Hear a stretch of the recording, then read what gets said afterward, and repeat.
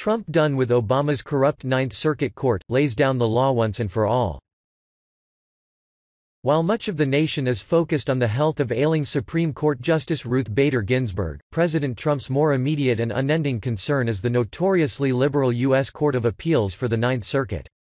Everything goes to the Ninth Circuit, Mr. Trump complained Friday in a bit of hyperbole. Everything. Senate Republicans' padding of their majority in the midterm elections will allow Mr. Trump to move forward with his goal of reshaping the Ninth Circuit, as part of his record-setting push to put more conservative judges on circuit courts. The SenateJudiciary Committee will take up 5 more of Mr. Trump's judicial nominees Tuesday, including 1 appeals court judge. The Ninth Circuit's actions on a single day last week illustrated why Mr. Trump wants to change the ideological makeup of the sprawling appeals court, which covers 9 western states and 2 territories. A 3-judge panel of the Ninth Circuit ruled on Thursday that Mr. Trump cannot stop an Obama administration program that protects young immigrants living in the U.S. illegally from deportation. On the same day, a federal district judge in Montana, part of the Ninth Circuit, blocked construction of the Keystone XL oil pipeline, saying the Trump administration ignored the project's impact on climate change. The judge, Brian Morris, is an Obama appointee. Mr. Trump signed an executive order on his second day in office approving the Keystone pipeline, which had been blocked by President Obama.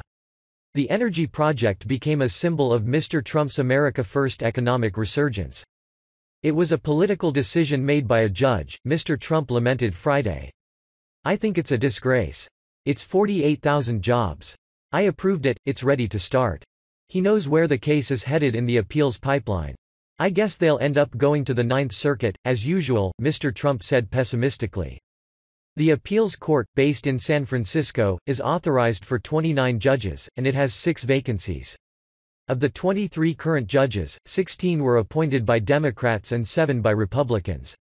That means if Mr. Trump fills all the vacancies, the Ninth Circuit's balance would be 16 Democratic appointees and 13 Republican, not a flip in ideology, but closer to partisan parity.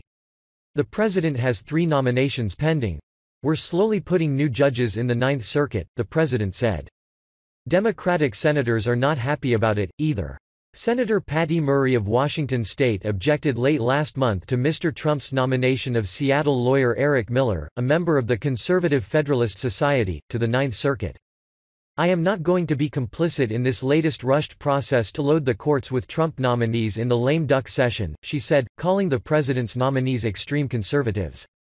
Mrs. Murray refused to return her blue slip on the nominee, a senatorial tradition essentially giving veto power to a senator over judicial candidates from their home state. But enforcement of the courtesy has varied over the years, and Senate Republican leaders say they won't allow the objection of a home state senator to block a nomination. Senator Lindsey Graham, South Carolina Republican who is eyeing the chairmanship of the Judiciary Committee next year, said he won't allow Democrats to take advantage of the blue slip tradition. We'll get their input, but they're not going to have a veto on the circuit court, Mr. Graham told radio host Hugh Hewitt last week. In 2013, Democrats erased the 60-vote threshold to end a filibuster for most nominations. That means Republicans can continue to push forward with Mr. Trump's judicial nominees, after already having set a record with 29 circuit court confirmations so far in his presidency. Senate Majority Leader Mitch McConnell, Kentucky Republican, said the midterm election results of Democrats winning the House majority should provide even more momentum for the GOP's drive to install Mr. Trump's judges. I think we'll have probably more time for nominations in the next Congress than we've had in this one, because the areas of legislative agreement will be more limited between a Democratic House and a Republican Senate, Mr. McConnell said last week. I don't think we'll have any trouble finding time to do nominations. The president said the Ninth Circuit's ruling on the Obama-era immigration program, called Deferred Action for Childhood Arrivals or DACA, was actually a positive for his administration despite losing the case. The action means the case is no longer in the hands of the Ninth Circuit. You rarely win in the Ninth Circuit, Mr. Trump said. The good news is, by rejecting DACA in the Ninth Circuit, we've been waiting for that. We get to the Supreme Court, and we want to be in the Supreme Court on DACA. While Mr. Trump is actively trying to change the makeup of the Ninth Circuit, he's essentially already done that with the Supreme Court in less than 2 years. His 2 high court nominations, Justices Neil M. Gorsuch and Brett M. Kavanaugh, have given the court a 5-4 conservative majority.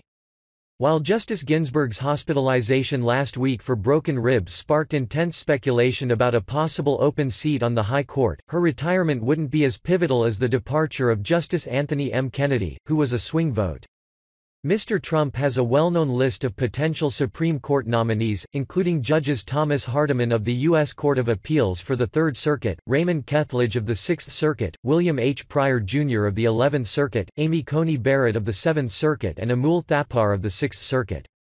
Justice Ginsburg, 85, was discharged from the hospital Friday, and is expected to resume her work on the court quickly. Asked about her injury, the president said, "I wish her well. I hope she serves on the Supreme Court for many, many years," Mr. Trump said.